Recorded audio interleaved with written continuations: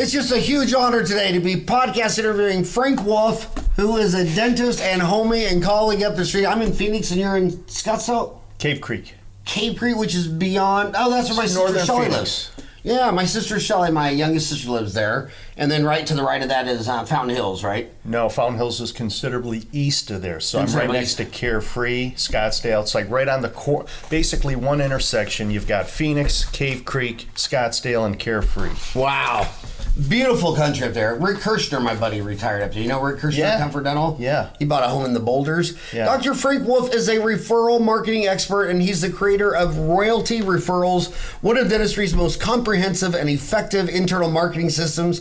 After struggling through dental school, Frank started his dental career cleaning teeth at a pediatric dental office, earning $10 an hour. After years of much trial and error, Frank honed his marketing systems that enabled him to build his dream dental office that allowed him to retire from clinical dentistry at the age of 42. Bored and restless after 4 years retirement, Frank was anxious to test his referral strategies and purchased a failing and foreclosed dental practice. In less than 3 years, during the worst global economic meltdown in history, he increased new patient referrals from 8% to 544%. His talents have been praised by Larry King of CNN, Jack Canfield, co-author of The Success Principles and Chicken Soup for the Soul, and Dr. Gordon Christian, who is officially the god of dentistry.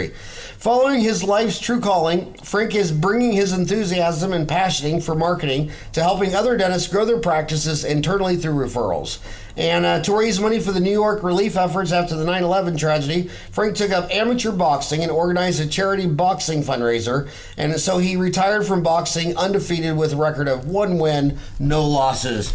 Good for you. I remember being a little kid, everybody wanting Muhammad Ali to just retire. He kept coming back for more. Yeah. And it was like, no, don't do that. So, the reason I'm so excited to have you on the show is if I lined up 100 dentists in any city, any country, and said, if I was a genie and give you 3 wishes, what would it be? They always want more new patients. They say, I'm the patient I got, I'm paying my rent, mortgage, equipment, bill, computer, insurance, malpractice, professional dues.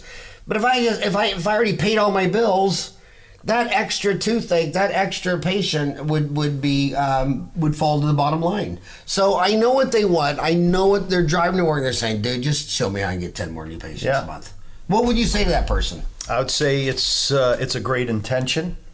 I would say that new patients are without a question the life blood of a dental practice. Without a steady stream of new patients coming in, a practice will stagnate at best and will decline over time. There are only 2 ways that a practitioner can bring new patients into their office. They can either spend gobs of money every month on external marketing and advertising, or they can create a referral culture in their business that inspires and promotes referrals, or you can do both. And I believe that at the foundation of the marketing pyramid, referrals should be the primary source, because if a practitioner is doing any type of external marketing, it just makes good business sense to take those externally derived patients and turn them into referral advocates. So your return on your advertising dollars goes up, and over time you'll be able to wean yourself from the need to spend money on external marketing. I mean, that's in an ideal world. I just had a guest on the show yesterday, and he's in a town where there's one guy who hasn't taken a new patient for a year. And it's like there's 211,000 Americans who have a legal license today to practice dentistry. And you sometimes you can't find one dentist in one state that has no more new patients. So this patient's coming in the front door, going out the back door. I mean, when I drive to Vegas, I look at Hoover Dam. Now that's a practice that doesn't let anybody go away and builds up that huge humongous list. But most dentists, if they have the same size, once you get to a plateau, say you're doing $40,000 a month, and they do $40,000 a month for 10, 20, 30 years, that means their new patients coming in pretty much equals the old patients going out. Exactly. They'll get 15 patients a month. Look at hygienists. If they work 40 hours a week, 50 weeks a year, that's 2,000 hours. That means they could see 1,000 people twice a year. So no perio, no 3 month. and 1,000 patients divided by what do you think the average dentist in the United States gets? How many new patients do you think the average dentist in the United States gets a month? I'm going to guess 20. Okay, so 1,000 patients divided by 20. That means every 50 months they would have added another full-time hygienist. So so every 4 years they would add another hygienist. And you go look at this guy. He's set up at 25. He has a full-time hygienist. He still has one full-time hygienist at 35, 45, 55, 65. So patient retention is just incredibly low. And a lot of it can be explained by a transient society, but even in Phoenix and LA, where it's one of the most transient societies in America, it's only a 10% city flip a year of people coming in. Like you flipped in here from Chicago in 2004. Mm-hmm. So transient population can explain 10% of it. Okay. But it doesn't explain 90% of it. Yeah. So what have you found to be one of the biggest causes of practices losing patients out the back door? I think it's staff turnover. Mm-hmm. I mean, they come in, they saw Bessie, they want Bessie to clean her teeth. They call up and say, I want to get my teeth cleaned with Bessie. Bessie don't work here anymore. That's why DSOs are having such a hard time. Yeah. I mean, we've been in Phoenix practicing with these guys in our town, and what is the number one complaint here with DSOs? Every time I go in there, it's a different dentist. Different doctor. And I don't want to throw DSOs under a bridge because the associates aren't working in private practice either. In fact, who's the greatest millennial person to work for? The four big tech companies of Facebook, Apple, Google, Netflix. They worship their employees. They give them every perk, from pool tables to ping pong to lunch provided and everything. They don't. I think Facebook keeps them the longest, and that's only averaging 2 years. And Amazon's the least at 1 year. Millennials don't stay in one place. Yeah. I mean, that day that you got a job at Ford when you were 25 and retired at 65. Like my uncle who's up the street in Casa Grande, he got a job with Mobil Oil when he was 16, and he retired when he was 65. Wow. He Same only company. worked one company. That's awesome. And you know what? It was so funny. When he hired, there was this little checkbox. Do you want us to withdraw 3% of your paycheck and invest it in Mobil Oil stock? Yeah. And he says he doesn't even remember checking it, but he just said whatever. Yeah. And you would not believe how many millions of dollars that was. Millions. Oh, millions. Yeah. Multiples. Yeah. That's just awesome. Unbelievable. Yeah. So the reason I like word of mouth referrals is all the research I've seen is if someone says, oh yeah, Howard's a good guy, you can trust him, go in there, they'll spend $3. But if they come in off of just a routine flyer and they don't know you and you say, well, you got 2 cavities. Well, that's selling the invisible. So you're looking at me saying, do I trust you? Do I really have 2 cavities? Yeah.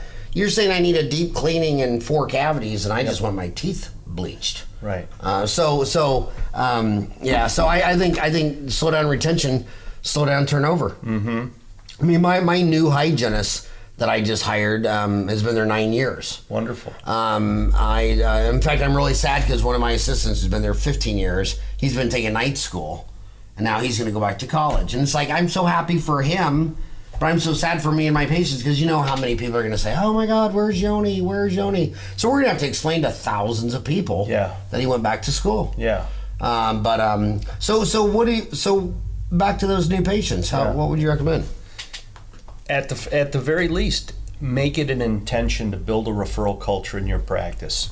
So in my business, the only metric that I was measuring was referrals, because I knew if I was doing a good job clinically and my team and I were servicing our patients and we were doing all the right things, then our patients would be happy and they would refer. So I was fortunate. Well, if we can just take a step back, when I started my career, I came out of dental school like most doctors with a lot of debt and no job. And I started my practice from scratch, leasing office space downtown Chicago on Michigan Avenue. It was a beautiful office on the 12th floor overlooking Graham Park in Lake Michigan. And there were 6 other independent dentists leasing office space in the same office. And there were 436 other dentists in the immediate downtown vicinity. And everybody was trying to outmarket the next guy. And even if I had money to market or knew how to market, I didn't have a prayer because I didn't have either the knowledge how to do it or the money to do it. So I spent many years struggling, trying to figure it out. I worked at a pedo office 3 days a week doing hygiene for $10 an hour. Now, when I was in high school... Is that your official rock bottom? Or did you have fun doing it? You know what? Did you like it? Or Treating were you kids for me was invigorating. I actually left at the end of the day energized. Again, but I'm in my, early to mid 20s. You got a lot of energy when you're in your 20s, right? But it was fun. I learned a lot. I worked for, so my pedodontist, that's who I worked for, Dr. Marvin Berman, great pedodontist. But when I was a kid, there were a few influences that inspired me to go into the profession. And every dentist has their reason why they went into the profession. Mine was, first and foremost, traumatic. It sucked. I had, as a kid, I had lots of cavities and I had a ton of pain, and it was just not fun. And I thought to myself, my God, there's got to be a better way. And again, when I was a young guy growing up, my father he would always leave home early in the morning to go to work, and he'd come home from work late at night, and it seemed like he was always at work. And so we were out vacationing on the East Coast, visiting some relatives, and their next door neighbor was a dentist who had his office set up in his home. And I was like, how cool, this guy never has to leave home to go to work. So that kind of planted a seed in my head. And my parents, because they worked for other people, always advocated to me and my siblings to go into a profession, be your own boss, go into dentistry, go into law. So at an early age, I decided I was going to become a dentist. And I don't know about you, Howard, but when I got into dental school, it was not fun. I hated it. I didn't have any instructors that were enthusiastic about the profession. What dental school? University of Illinois, Chicago. In Chicago. Yeah. Now, is that dental school closed now? No, that's Northwestern closed. Northwestern and Loyola closed. Okay. So I went from undergrad at the University of Wisconsin in Madison. I don't know if you've ever been to Madison. Sure. Great city, on two lakes, rolling wooded, 40,000 young people. Drinking age was 18, lots of girls. To a concrete campus. One building, the same lecture hall with the same 135 students day in and day out, looking at histological slides, cutting up a human cadaver. Like, what's this all about? And again, not having any enthusiastic instructors, I was depressed. I would go home crying to my parents about how miserable I was, and they would say to me, well, we're not going to love you any less if you quit. And I was like, I'm not going to quit, because there were two themes, values, if you will, that that really were embedded in me as a young kid. One was my stepfather encouraged me to embrace the notion that if you start a project, finish it. And the second was the sportsman's creed, which hung from the rafters of my high school gymnasium, which read, winners never quit and quitters never win. So I was like, damn it, I started this curriculum. I'm going to finish it come hell or high water, because I'm a winner, not a quitter. So I just, literally grit my teeth, put my head down, and got through the program. And, it was a ginormous accomplishment for me, considering... What year did you graduate? In 87. 87, so we're same age, same year. Yeah. I was very proud of the fact that I got through it. I was never really a good student. I'm a product of the Chicago public school system. Not to say that's an excuse, but I didn't have any study habits when I got into college. I was way behind my peers. I had to get tutored in math, and I had to learn how to become a student. And when I got out of school, as I mentioned, dental school, I realized, like, shoot, if I'm going to make it in the profession, I'm going to have to get experienced and master the new patient game. So as I mentioned, I had struggled for many years trying to figure it out. And I went to every marketing course I could, read every book I could, spent every free penny that I had trying different things to market and grow my practice.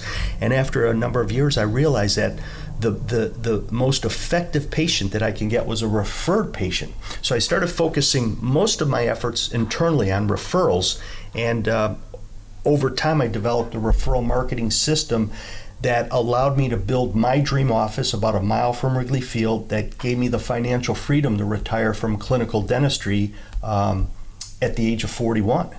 And like I said, I wasn't happy as a student. I was never passionate about clinical dentistry. So another value that my stepfather encouraged me to embrace was, if you're going to do something, do it right. So I thought to myself, well, what does doing dentistry right mean to me? Well, it meant being my own boss and building my dream office and retiring as fast as I can, because I just wasn't happy doing the hands in the mouth dentistry. I love the business side. I love the marketing. I love putting the systems in place, finding the right people, training them, and growing a business. That was exciting. And don't get me wrong, when you can get a patient out of pain, it's rewarding. When you can nail that root canal, and you got a gorgeous 3-canal endo that looks beautiful radiographically, that's a good feeling. When you can do a cosmetic case, that's very rewarding as well. But I was never jacked about the clinical side. It was always the business, the marketing side that got me enthused and excited. So. Well, same with Rick Workman. He owns 850 offices. He loved the business side. Yeah. And it's kind of funny, the people who own the largest dental business in the world are dentists who don't produce dentistry. They love the business side. And so that's why when I tell dentists, when they say, well, I like bleaching, bonding, veneers, and Invisalign, but I don't know if I want to place implants. Well, God, you can get a periodontist come in and place all your implants for you at 50%, or you can refer them back, or, whatever your business model is. But, man, when you like the business side, that really helps with the business. Yeah. But, I've always told dentists on this show consistently that the number one return on investment in dentistry is always the consultant.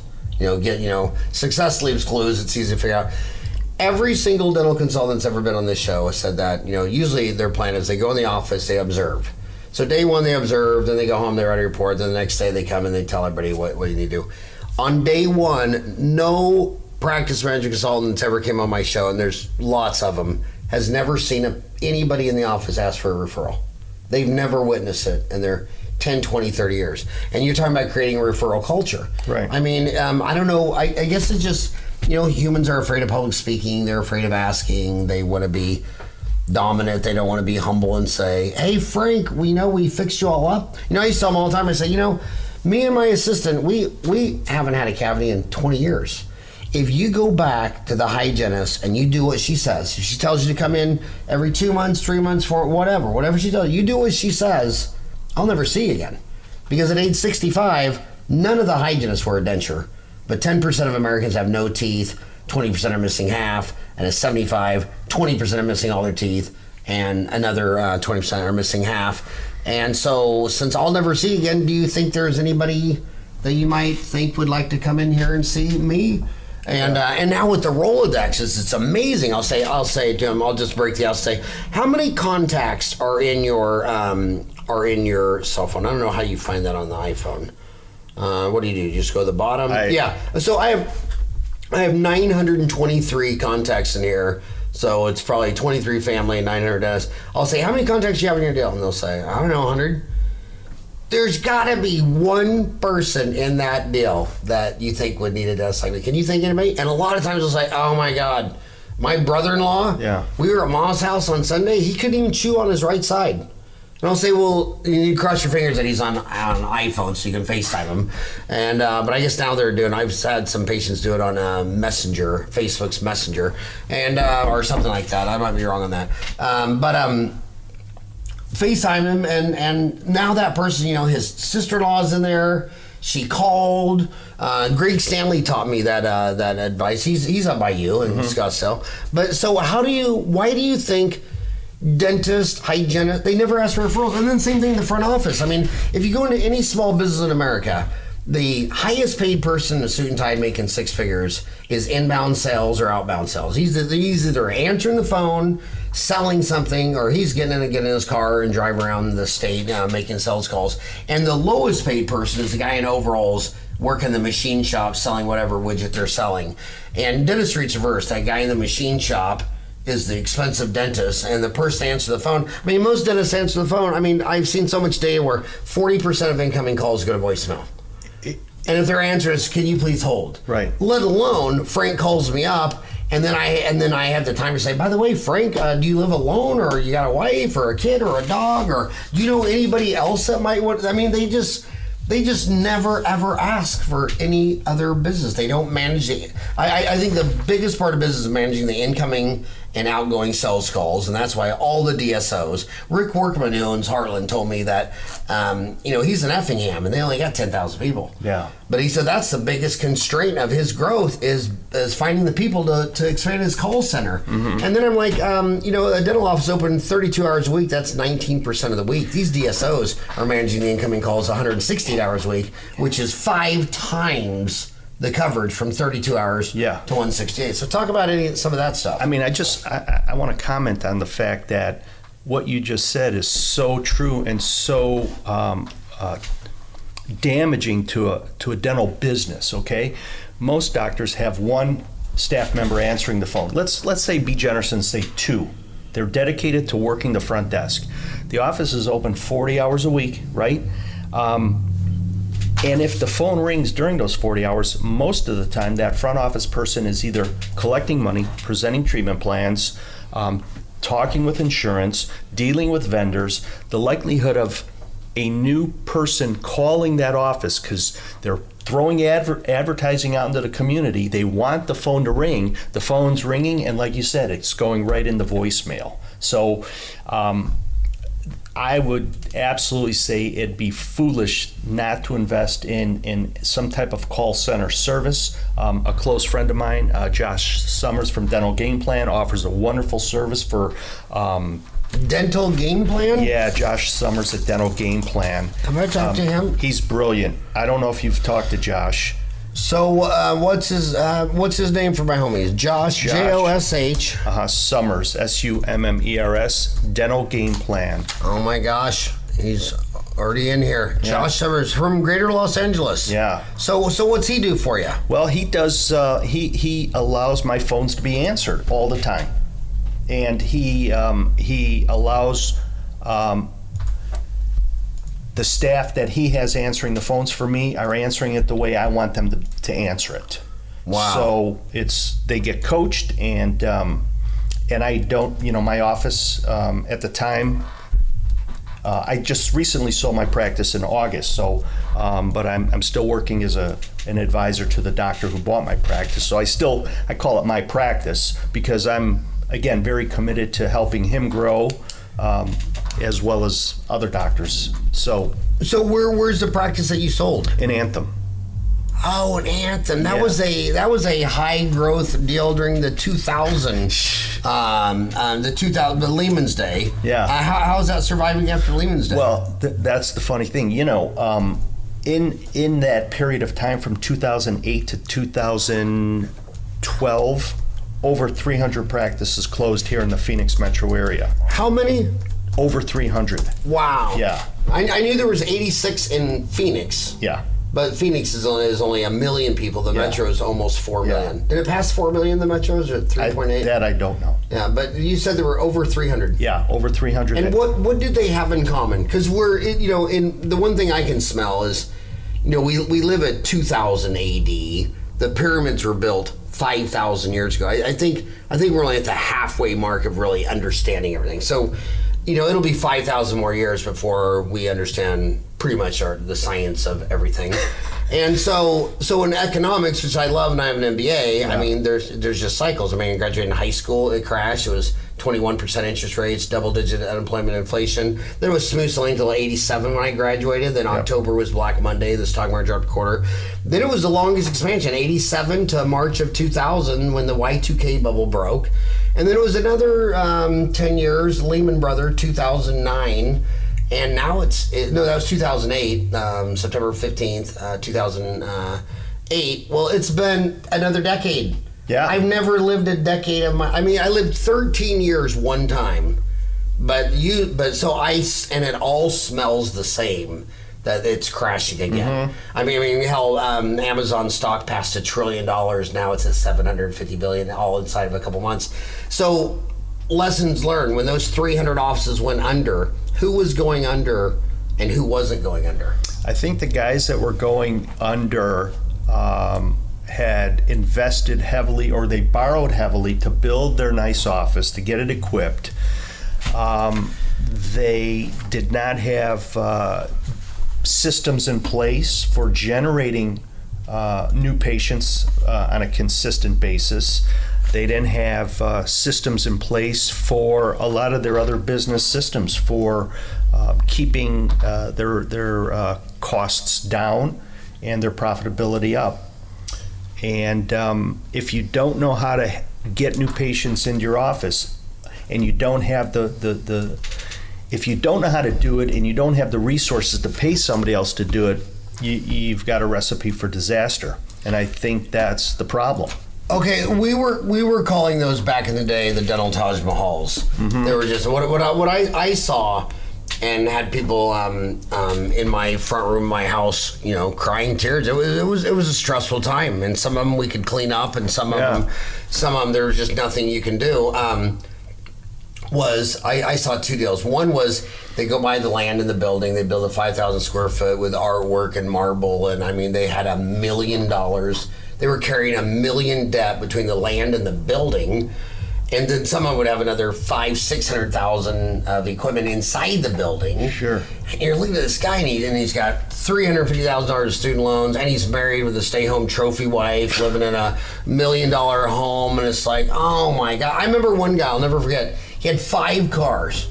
And I said, well, to free up cash flow, the first thing we can do, right now, let's put up all the cars for sale, because they were nice. They were Mercedes, they were Land Rovers, and all 5 were leased. All 5 you couldn't even get out of the lease. Yeah.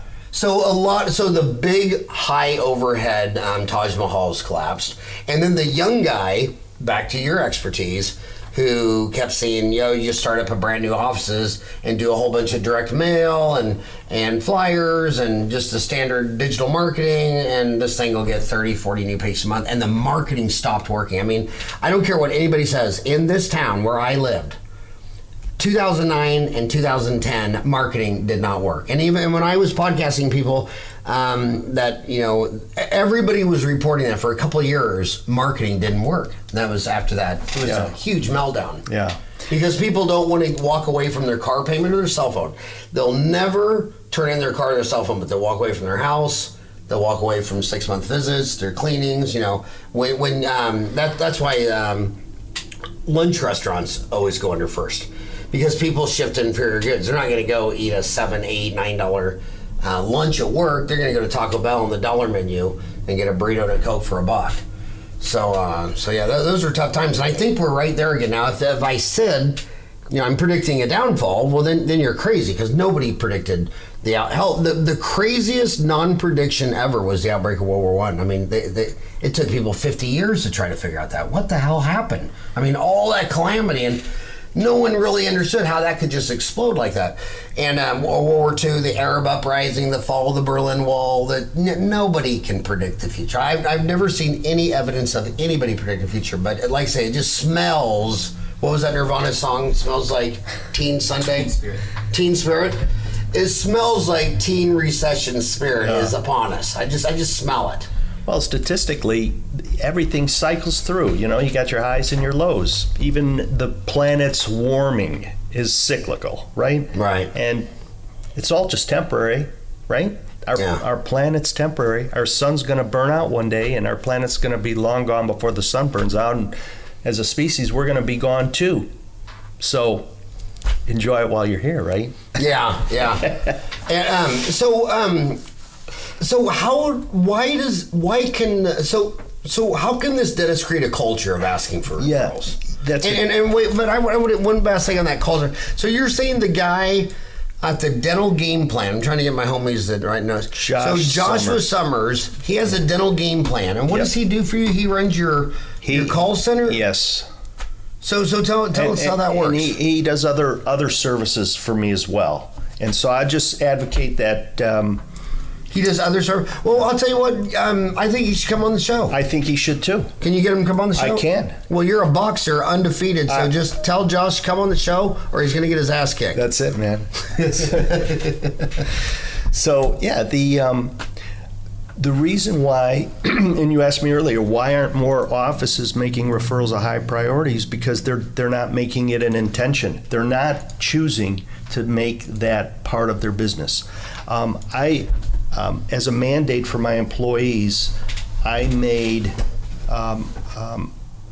their participation in the referral program, and it's a system.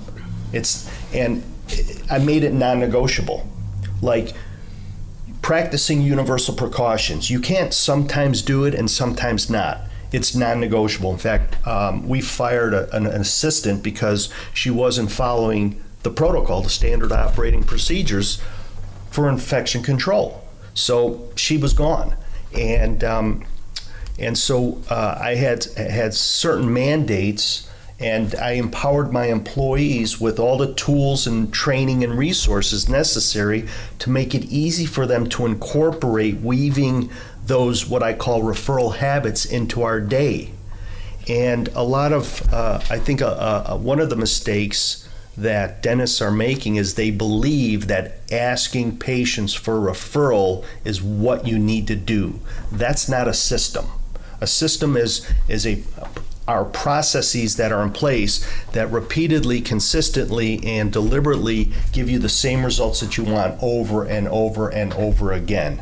And it's just not unlike doing having systems for dental health care. We have systems for doing endodontics. We have systems for doing veneers, systems for replacing implants. And it's not just one thing. Well, how do you place the implant? I mean, besides getting the education on placing implants, you need the right tools, you need and you have to understand what the circumstances are to dictate. So you have two websites. You have Frank Wolf, your name, Frank Wolf. And then you have royaltyreferrals.com. My homies listening to you that want to create a system for their office, would they go to Frank Wolf or royaltyreferrals.com? Here's what I'd like to offer your listeners as a token of my immense appreciation for being on your show, Howard. And I want to just applaud you for your presence in the contributions you're making to our profession. I think it's awesome. I've been a big fan of yours since the early days when I think you first put out MBA in dentistry. The 30-day dental MBA. 30-day MBA. Did I ever tell you that story on that? What that was? Tell me. I bought my first. It was '98. Yeah. I bought my first laptop, and I signed up. Every when I went to Barnes and Nobles, every business book I'd already read. I didn't have anything else to read, so I signed up for the evening ASU MBA program, and it was 2 classes a trimester for 2 years. So it was 2, 4, 6, 12 courses. So I bought this new laptop thing, and I went through and I said, well, I'm just going to take notes for my dental office. And then, so those 2 classes, my today's dental, the whole management team, everybody's trying to implement the things we learned from those 2 classes. So we implement all that every 2 classes, 3 trimesters, 2 years. And it was a total game changer. And then when I was done, I took my notes and I just lectured. And it was 30 hours long, so I sliced it up into the 30-day dental MBA, and now it's free on YouTube. Yeah, it's free on iTunes. And I bet, and I have not, I did not take your course, but I bet if I took it today, it would be as applicable today as it was when you created it, because it's those business principles that are timeless. And that's the same thing that I teach with referral principles. Hey, referrals is not new or unique to dentistry. There are universal principles that could be applied in any business. If you work them, they will work and return dividends for you. So I would say, though, getting back to your question, where would your listeners go? I'd like to gift your listeners my introductory referral marketing system. And it's a $1,297 training system that they can get absolutely free. My compliments. On which website? They can go to www.frankwolf.com/gift. That's www.frankwolf.com/gift.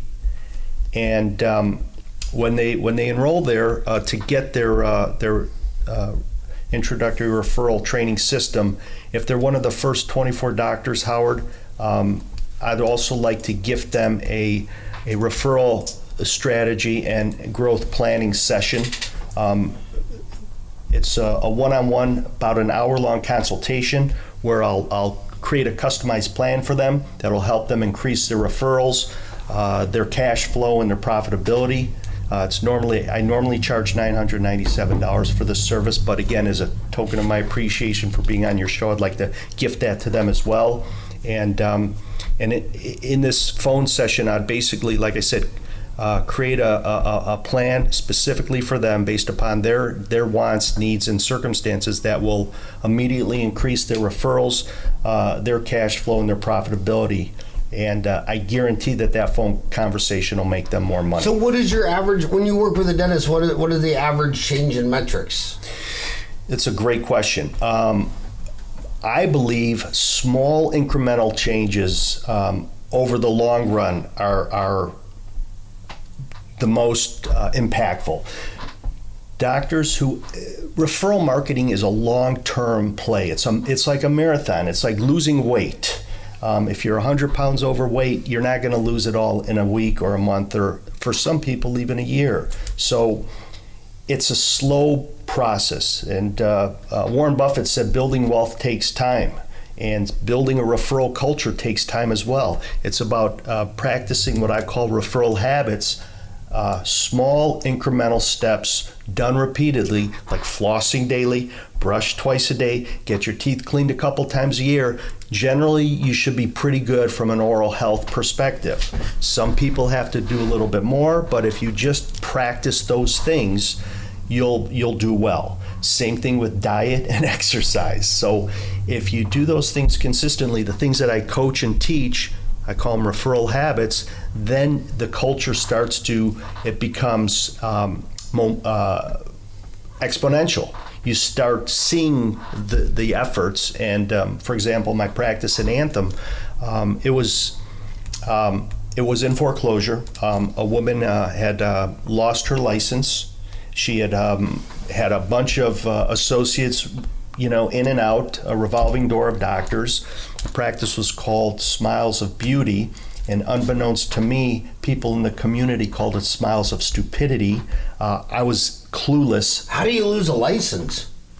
How do doctors lose their license? Usually it's substance abuse. I can't comment.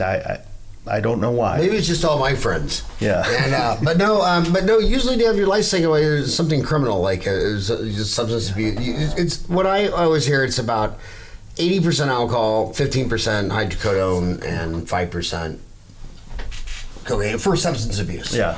Which is so silly because it's not a 30 years ago when I got out of school, that was a shame, guilt, you're a bad person, and now it's considered a medical disease. Mm-hmm. And it's so funny out here in Arizona. Every time usually the DEA will knock on the door because you're dispensing all these things, and the ones that sit there and try to fight it and get a lawyer, no, you're wrong. Oh my God, they lose their license and usually go to jail. Yeah. And the ones who just raise up their hand and say, dude, I don't know what to do. I can't quit drinking during the day. It's cool. That's cool. And they call a guy. You go to the Betty Ford Center. So if you have a substance abuse problem, you're not going to do anybody any good keeping it in the closet. I mean, that's why people with relationships do better, because if you have relationships and you have an office manager and you have a team and you keep all your skeletons out of the closet, your team knows how to help you. But you put all that shit in the closet, and it's the same thing with dental office consultants. I really believe at the end of the day, the reason, like it's so funny, like you'll ask an economist, what's the average dental office do? And they say, well, it'll collect $755 and they'll net $147. You ask any price management consultant, oh, well, the average dentist collects about $1.5 million and takes home $350. Yeah, the people you work with, but all the people that need a consultant don't get one, and they can have a 2x return. And all the people that get them, like I got a friend of mine right now who has an office doing $4 million a year, and all of Thanksgiving and Christmas we were talking about what consultant he was going to get for next year. And he went back to one he's already had like 3 times in the last 30 years. And but a lot of reason I don't think those guys want to consult because they're embarrassed. They don't want to tell you that they're drinking vodka on the way to work. They don't want to show you all their overhead and bills. There's so much shame and guilt and embarrassment. They think, well, I should be a successful dentist. and they just aren't humble enough to say, well, you're not. But you know what? Dentistry is a pretty good profession. I mean, your mom did cry at graduation. I mean, you know, she doesn't cry when you graduate from plumbing school. Yeah. But she bawled when you became a dentist, physician, lawyer, whatever. And they need to have humility and get help. But anyway, back to your disaster. Yeah, I don't think, it was, regardless of what caused this doctor to lose her license, it had a poor reputation in the community. And did I already tell you the name of the office? It was called Smiles of Beauty, but unbeknownst to me, it was recognized by people in the community as Smiles of Stupidity. It was me walking into Hornet's Nest, and I didn't know. I just didn't know any better. I came from an insurance independent background in Chicago, and I thought, oh man, I'll just do what I do and make it happen. It was a rude awakening for me. It was all insurance, and I did not do any advertising. And during this 4-year period between like 2008 and 2012, when over 300 practices closed, my practice was growing in the double digits. And I'm not saying this because I'm a better dentist than most. I'm just an average bread and butter dentist.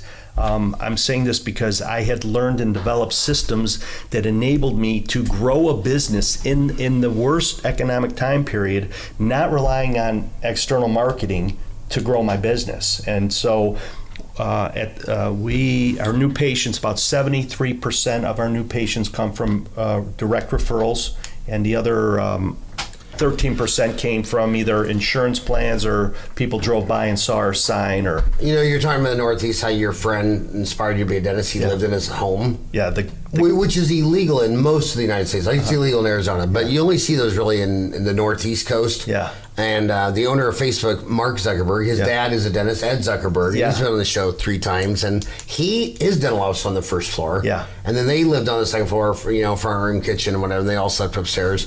And it's funny, but when Ed was on the show and we were talking about Facebook advertising, he says, well, you know what the best Facebook advertising is? He says, dentistry, again, I'll say it a million times, it's selling the invisible. It's got to be trust. Yeah. And when I go to the mall, I know everything I'm buying or not buying. Restaurants, right. Brands. But when you go to a doctor and they say, well, you need to have your appendix taken out or you need to have 4 cavities, I mean, it's just trust. And Ed said, when people come in your office, why do you give them a free toothbrush at the end of a cleaning? Why don't you give them a free toothbrush if they check in on Facebook? Because the average person on Facebook's got about 140 friends, even though the average funeral in the United States is 24 people. So 124 of your friends, 100 of them won't even get to say goodbye to you when you're dead. So that's a real friend. And but they say, oh my God, Shirley just checked in at Dr. Frank Wolf's office. Yeah. She's my smart friend. I need a dentist. Yeah. And then she might text her and say, Shirley, tell me about Frank. Is he any good? Yeah. Is he good with kids? Can he do this? So the minute they come in with any form of trust, they're going to buy, and that's measurable at $3 to 1 coming in off a cold call. Right. Well, here's why referrals are so vitally important to the financial well-being of a practice. Number one, they're the best new patient a practice can get for the very reason you just described. There's more trust with the referred patient because they're coming to you from a source that they trust, and with that increased trust comes increased case acceptance. There's more, they show up for their appointments, they happily pay for their services, and they typically refer other people. There's also a lot less skepticism and with a referred patient. The cost of acquisition for a referred patient is 0. It doesn't cost you anything to have a happy and satisfied patient tell other patients about you. Typically, the lifetime value of a referred patient is higher than with a cold advertised patient because, again, that trust factor. And so there's a greater lifetime value. There's a higher retention with referred patients, and a referred patient is more likely to refer another patient because that's how they came into the practice, and then the whole cycle just repeats itself. So it just makes sense. If a business owner is going to be spending time, effort, and money on building their business, it would make sense, again, as the foundation to make referrals the first, and then, hey, you want to do print, direct mail, search engine optimization, radio, TV, great. Take those new externally derived patients, turn them into referral advocates so your ROI goes up, doubles, triples, etc. The patient in my practice who held the record was 22 referrals. And I've got many patients who have referred multiple people just because they understand. Do you reward them when they refer? Yes. How do you reward them? So so there's a whole process again within my system of called recognition and behavior that gets recognized and rewarded gets repeated. Now, and the other variable in that is the closer the better. Like if a kid walks out into the street, then you slap him a week later. Yeah, he's confused. Right. So you got to get recency. Because if you give them a reward, send them a mug filled with gum and whatever, and it doesn't hit them for 4 to 6 weeks. Yeah, they might not even remember what the hell you're talking about. Yeah. So I like to get those mugs out. Yeah. ASAP. Yeah. I just like to regress for a minute. We were talking about trust. There are a couple things that I do that I'd like to offer your listeners in terms of stuff that they can do tomorrow in their office to help build trust with new patients. And one of the things that I do is I call it a pre-appointment new patient phone call. And so when a patient calls the office and schedules, my scheduling coordinator would put a form on my desk that would prompt me to call the patient. What I do is, and this, I call them either the day they schedule or the very next day. And I typically say, hi, this is Dr. Wolf from Majestic Dentistry. Katie told me that you called and scheduled your first appointment. Patient says, yes, I did. I say, great. I'm just calling to personally introduce myself to you and welcome you to our practice. And the patient says, wow, that's so very nice of you. I'll say, thank you. Mary, is there anything you'd like me to know to make your first visit with us as comfortable as possible? And then the patient usually opens up and tells me some aspect of their past dental experience or things they like or don't like or what they want. And I just take some notes down and I just say, great, I'll look forward to meeting you at your first appointment. Patients are blown away by this. Nobody or almost nobody ever has a healthcare professional call them in advance of their first appointment. That's amazing. So they're blown away by that. Secondly, now they already have that call reduces no-shows for new patients because there's already a sense of obligation from that new patient because you've already reached out to them first. And they have a sense that they already know you and like you because you already extended yourself and reached out to them first. So when they come into your office for the first time, they're not sitting there with arms crossed with this attitude like, what are you trying to sell me? They're much more open and receptive. So that level of trust, that bond has already been established. So that's one of the things that I do to differentiate myself from. That's huge. Yeah, it's ginormous. And here's the thing, Howard, I want to just say. I love that, ginormous.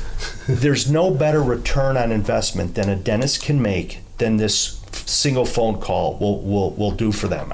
It takes 30, 40, 50 seconds, maybe a minute at most, okay? And I'm going to challenge you to tell me what a dentist can do to get a better return, and I'm going to challenge the listeners to start making this phone call to every one of their new patients before they come in. And they don't wait to the day before. This is not a confirmation or reminder phone call. You want to get hit just think, if you made an appointment to see a doctor and your phone rings and the doctor's calling you back a half hour, an hour, 2 hours that same day to say, hey man, you called and scheduled. Powerful. Huge.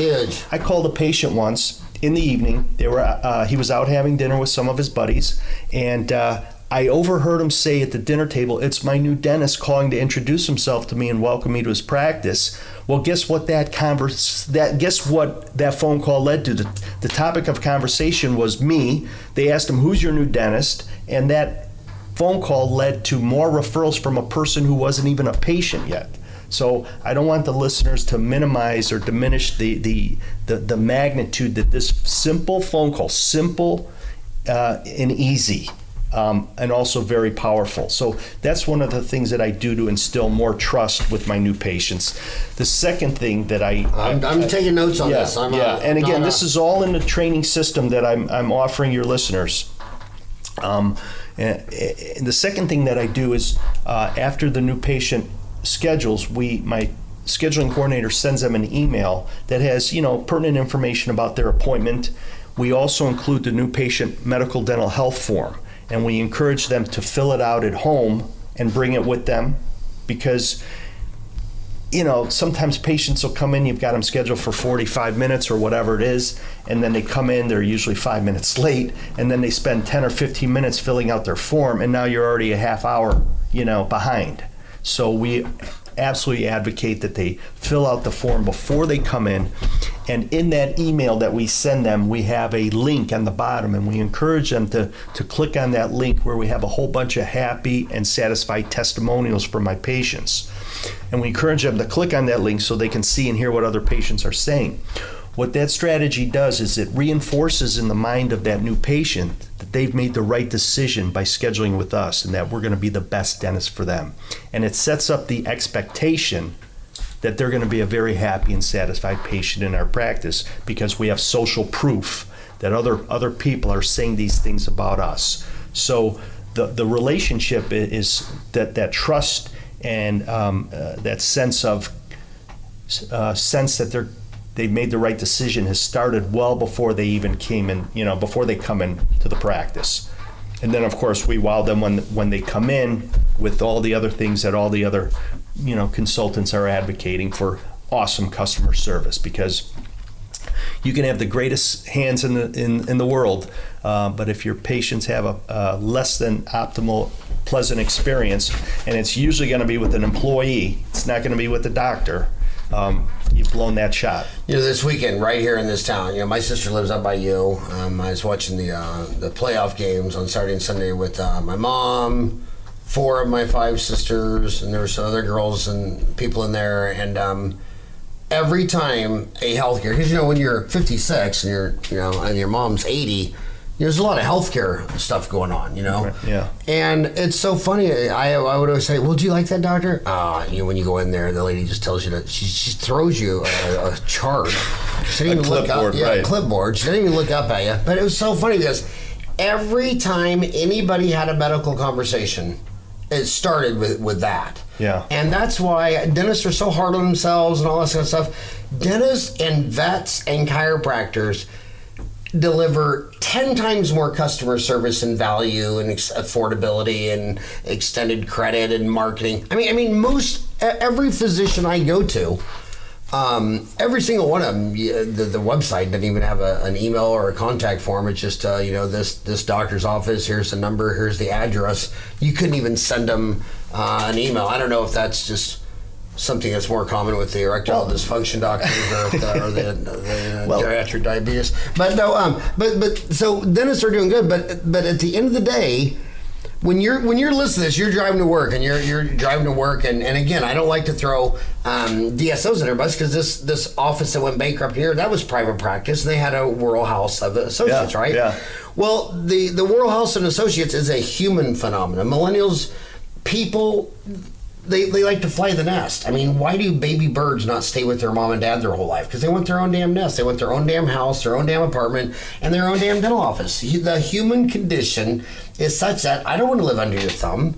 And you might be totally right. You might be the greatest roommate in the world, but that's not how they roll. I mean, remember in college how many people started rooming with their best friend, Sure. and it turned into a disaster? Because your drinking beer pong buddy at night isn't necessarily the guy you want to be living with. You know what I mean? Yeah. And so they're all going to get out. But when they get out, who wins? They hustle. So you go open up in your town. All the dentists work Monday through Thursday 8 to 5. So are you willing to start at 7 and go to 7? Are you willing to do some Saturdays or every other Saturday? Are you willing? I loved it. I mean, you're the first guy on my show, 1,000 shows, that said when a new patient makes an appointment, the doctors call him back and say, "Hey, Frank, this is Howard Farran. You just made a dental appointment at my dental office. I just want to tell you, thanks so much for joining our practice. And before you come in, is there anything you're expecting, or is there anything you want me to know? Yeah. Or I can't wait to see you. It's next Thursday at 2. Yeah, I can't wait."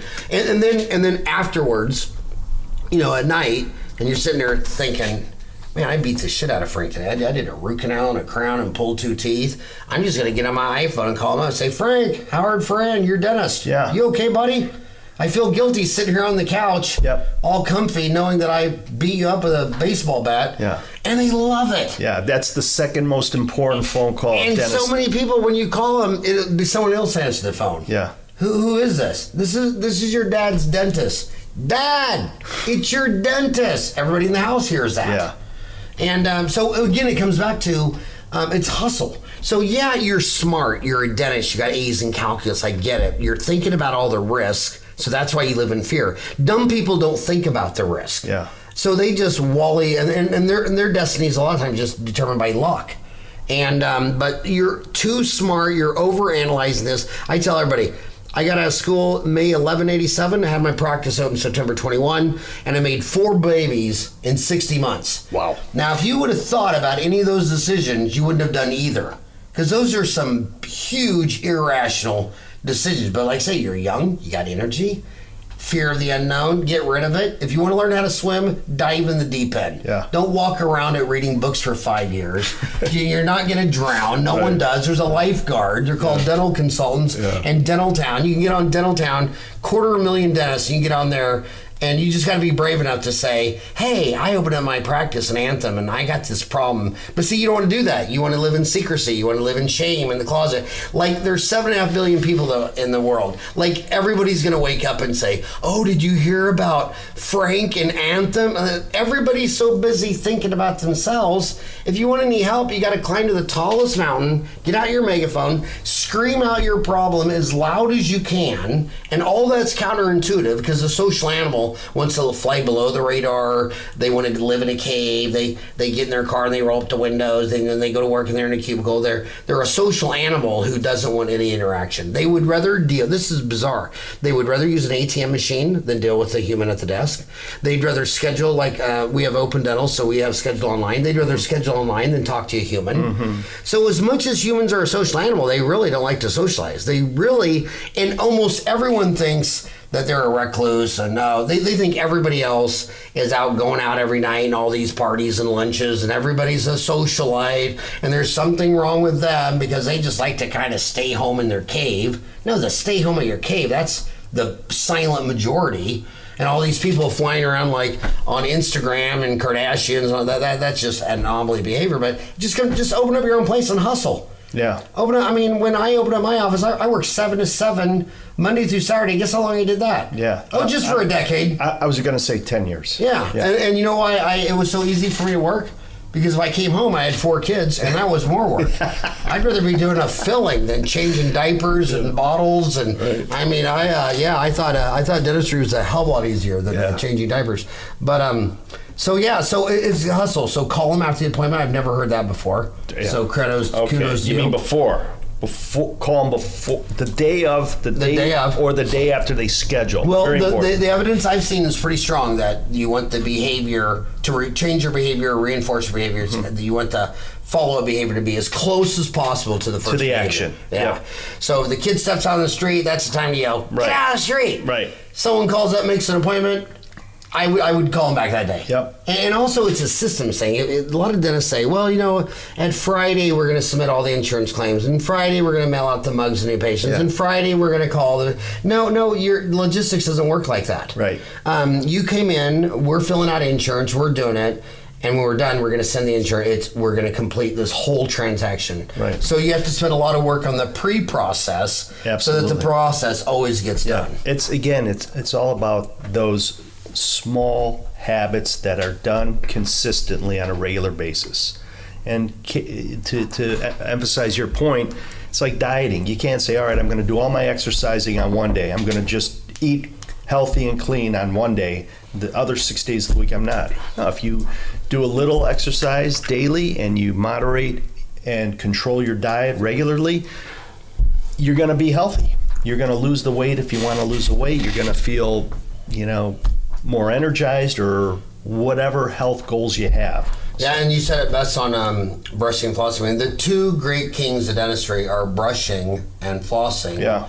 But everybody in Phoenix, by my practice, prefers smoking and drinking. Good for us. And it's two kings. Yeah. And I say, well, your kings are smoke king and drink king. And we dropped the K and flipped that around to brushing and flossing. And you know what was amazing to me, some of the most mind-blowing research that I've seen, is, people come in and the doctor recommends this treatment, but they don't have the money. They don't have the insurance, the money. If something happens, they don't get it done. I saw one study on, so we you and I know this back from the day, that people, you would tell them to get 4 quadrants of gum surgery at the periodontist, and they wouldn't do it. But they quit smoking and drinking and started brushing and flossing and started taking care of their teeth. 3, 4, 5 years later, they look good. Yeah. But the ones who had the 4 quadrants of gum surgery and didn't change their behavior, usually within a year or two, you can tell no difference. They did it. And the most mind-boggling study was on bypass, because a CABG, a coronary artery bypass graft, that's $100,000. And a lot of people can't afford that, or their Medicaid, the insurance done. But they did a study that you were supposed to get a bypass, and they have a control group, and you didn't get it done, but you did change your behavior. You quit smoking, you quit drinking, you lost weight, you got to ideal weight. Without the bypass, they lived 3 years and 6 months longer than the guy who got the $100,000 bypass. Because it's not the 4 quads of gum surgery or the bypass, it's this daily stuff. Right. If you want to build a mountain, you got to do something, a little bit of something every single day. Yep. And that's been our motto with my management team. Yeah. I spent the first 10 years, I always tell people my dirty secrets in my office are real simple. I've been there 31 years, but it's all my management team's all been there 20. Yeah. It took 10 years of learning that I'm not going to do it all myself. I'm not going to micromanage. I'm not going to be some Superman. I need to start developing. A great leader isn't leading anybody. A great leader is creating leaders. And it took me a decade to figure out that, well, I don't want just a receptionist. I was some lady that could just figure it all out. And if there's a problem, she would look at that, and she'd look on solutions, and she'd go on Dental Town, and she'd go to continuing education courses. I don't want to be the only guy going to CE and then telling everybody what to do. It just doesn't work. I want to find people who can be mini-me's, who can just sit there and bring the same attitude of an owner to the receptionist and us. And that's when we started to scale, is when a lot of people say to me, well, how do you do all these things? Well, you do all these things because you don't do anything. I mean, when I got a team of people who've been there 20 years, I don't have to wonder what Lori's thinking, Stacy's thinking, Ken's thinking. I mean, hell, the Dental Town magazine has been Tom Giacobbe forever. I mean, you just got to build a team. It's people, time, and money, and the fish rots from the head down. So you're listening to this on your way to work. You're the head. Why does your office not have a referral day? Why are you the last person to go to work and you show up at 8:05 and the patient's been in the chair at 8 and your staff's been there until 7:30 and you waltz in like a lost hobo at 5 after, and then you're the first one out the door? The leader just get out there and hustle. I don't think in the richest country in the world, in America, having a doctor of dental surgery or DMD degree, I don't know how you can. I mean, hell, the average Yahoo makes 174. I mean, you just got to be fairly good to double that to 350. And I also think there's a natural selection. The people who don't want to work, don't want to hustle, they're the ones looking for an associate job. Like, they could just land some associate job and make 250, 300. Not going to happen. Yeah. And they don't want to hustle. So that's why I don't see associate dental models, because the associate you want ain't working for you. Right.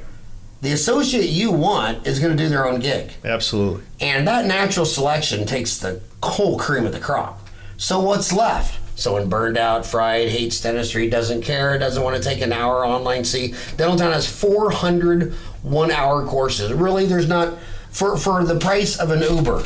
I mean, how much do you pay in an Uber? I mean, our average course is $18. When's the last time you went to a restaurant to go eat and drink where the Uber was under $18. Yeah. You know, maybe I'm going to the wrong side of town. Why are all the bars in your side of town? Is that because of you? Probably. Is that because of you? So, and you see it in seminars too. Like, here's the owner doctor. He's all taking notes and asking questions. And here's his associate, and she's on Snapchat. Mm-hmm. So you're on Snapchat? Really?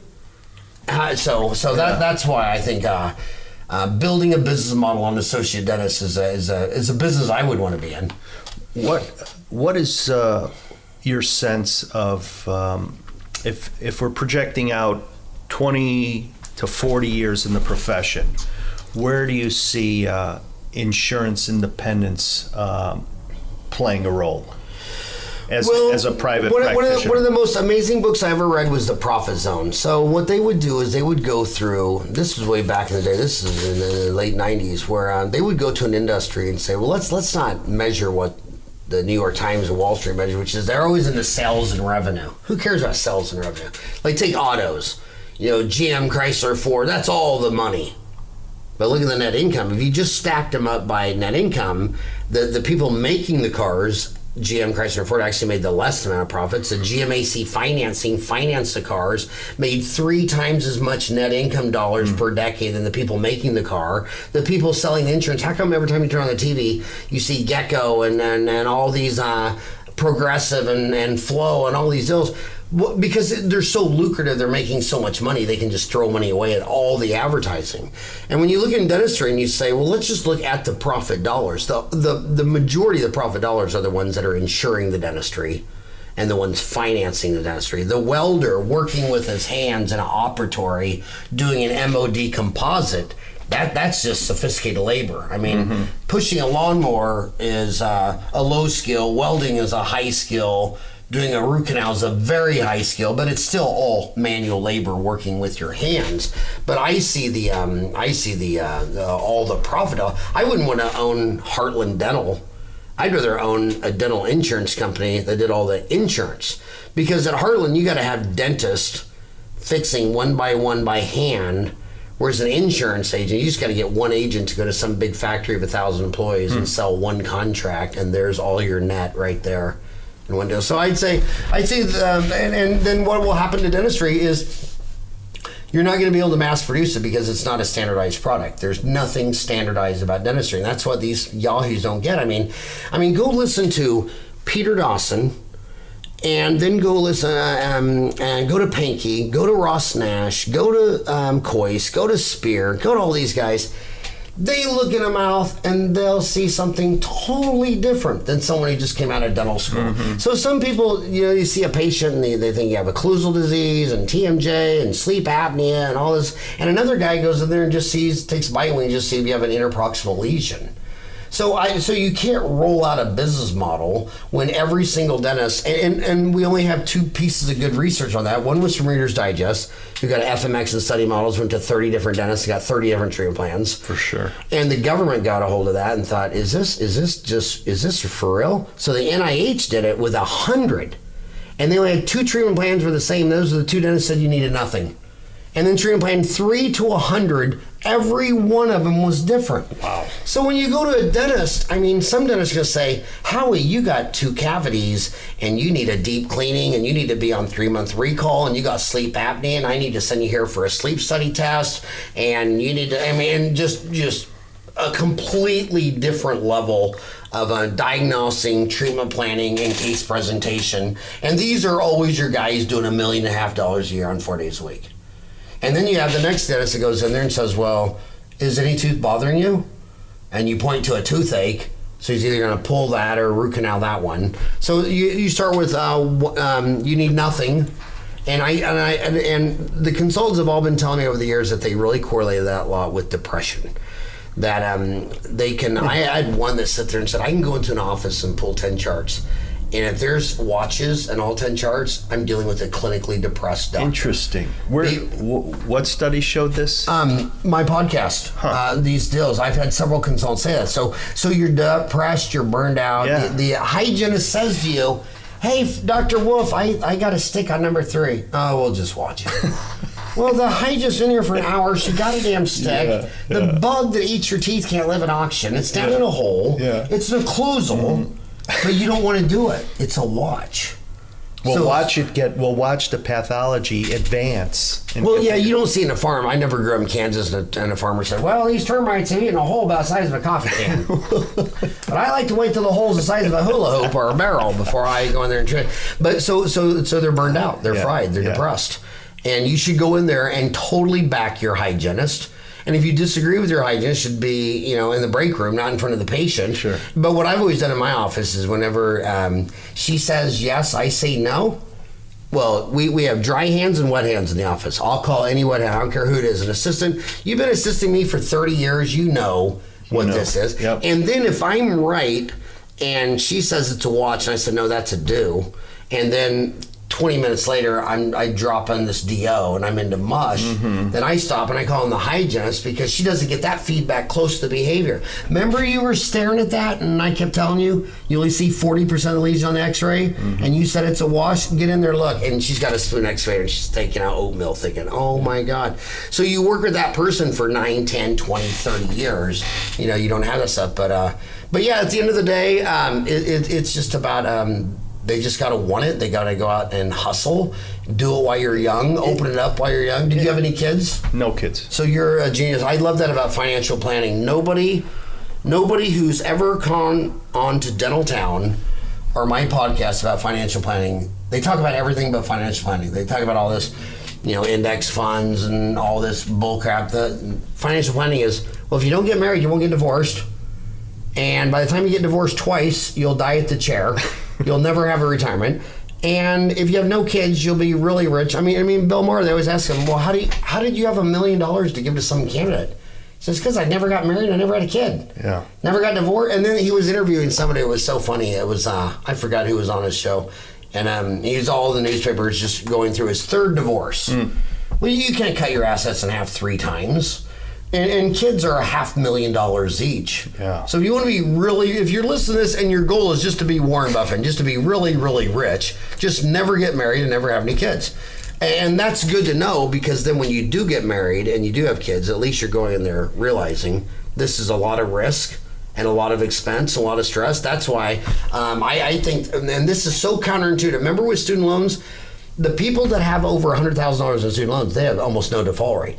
It's all the people 20 and under. Because at 100,000 over, you're committed. Yeah. This is your deal. You're all in. Yeah, you're all in. It's the people getting a communications degree and under 20 that are out. Same thing in dentistry. Those kids who have their baby in school, they hit the ground in a full sprint at graduation. It's like burning the boat. It's like there's burning no option. the boat. I love that. Yeah. That was classic. Yeah. Yeah, the what he meant by that is that the greatest conquerors, when they arrived up to a foreign country, they burned all the ships so that he didn't have his military thinking, maybe we should turn around and go back. There's no option. There's no option. Either you emerge victorious or you die trying. Yeah, we're gonna overtake this tribe and win and kill them. Yeah. Or we're all going to die. Exactly. I mean, crazy times back then. Yeah. I wonder how that would have done in the era of newspapers and journalists and bloggers and Facebook. I wonder how that behavior would have panned out if they had the tools today. But yeah, just get out there and hustle, man. Just do it. And if it's a big risk, you love her, you want to live with her. You want to have a kid, but you don't work at Aspen for 5 years thinking about it. Just go out there and say, this is going to be really crazy. And I'm going to open up one office. Remember, one operatory in 400 square feet, open up 24 hours a day, 7 days a week, would be the same as having 5 operatories open 32 hours a week. It's not about a facility. It's not about a big enough office. What it's about is, are you going to hustle? Are you going to call the patient after they schedule? Are you going to call them that night after you beat them up? Are you going to do the right thing and when you finish the filling and it's an open contact to sit there and say, damn it, and right then and now, take it out, redo it, stand behind your work. I warranted everything I did 5 years. I think that's why I didn't get sued. It's just because I warranted everything. Yeah. I mean, nobody had to sue me. Yeah. Because if it didn't work, I gave your money back. And I'd always be straight up front. Okay, we did a denture. In fact, that's why I got into implants, because my dentures were so horrible. I suck so bad at dentures. They're hard. My brain said, well, just nail them down with titanium. Yeah. So I got into implants because my denture's so bad. But every time the denture's so bad, they'd say, well, my old ones were better. I wish I got my money back. And I was like, well, I'll write you a check right now. Yeah. No questions asked. And now we're all in that. And what did I want that old lady to do? Live It's a year from my goodwill, office yeah. and bitch about me until for the next 20 years till she's 103? It's smart business, Howard. Yeah. It's smart. And also, the best dentists out there I know, the best marketing are giving their patients their cell phone number. Everybody's on a smartphone. Yeah. And I want to tell you that I have 1,000 dentists in my phone, and patients and dentists, they don't abuse it. They don't call you on Sunday night and you say, hey, what up? Did you see that movie? They totally respect your time. I've never had patients abuse my time. Right. They're only going to call you for a reason, and the reason's related to their health, their issue. And it's going to be usually pain. Yeah. And that's an extraction or a root canal, billet, and crown, or it's going to be a post-op problem that you want to know about. Yeah. That you want to knock out early. Yeah. And when you can be available for them, it solidifies and deepens the relationship. Okay, so let's wrap this up. I can't believe we went over an hour. How do they get their incentive? Go to frankwolf.com/gift. Yep. Okay. And they'll get my entire introductory referral training system. It's, again, $1,297 value. And if they're one of the first 24 doctors to claim this gift, they'll also receive a referral strategy and growth planning session. It's a one-on-one phone consultation. I'll sit down with them and create a custom plan for them that'll help them increase their referrals, their cash flow, and their profitability. Well, you can't beat that. So that was Dr. Frank W. Wolf, DDS of Dental Referral Expert at frankwolf.com. Or royaltyreferrals.com. Of royaltyreferrals.com. Yep. But the gift's at frankwolf.com/gift. Well, hey, thank you so much for coming by tonight. And tonight I'm going to be up lecturing in your place with the oral surgeon up there, Robert Guyette. Okay. I'm up at his study club tonight, but thanks for coming down to Phoenix. Did this area town scare you? No, I love this. You love this? Yeah. I'm from Chicago. I love the urban life. I know, and my dental school, my undergrad Creighton, back 100 years ago, all those universities were out in the suburbs. Yeah. So now they're all downtown. So Creighton was right smack down Omaha. UMKC was straight smack down, can't say. And it's I just love it down there. I mean, this is where my homies live. But thanks for coming on the show. Thanks, Howard. I appreciate you, man.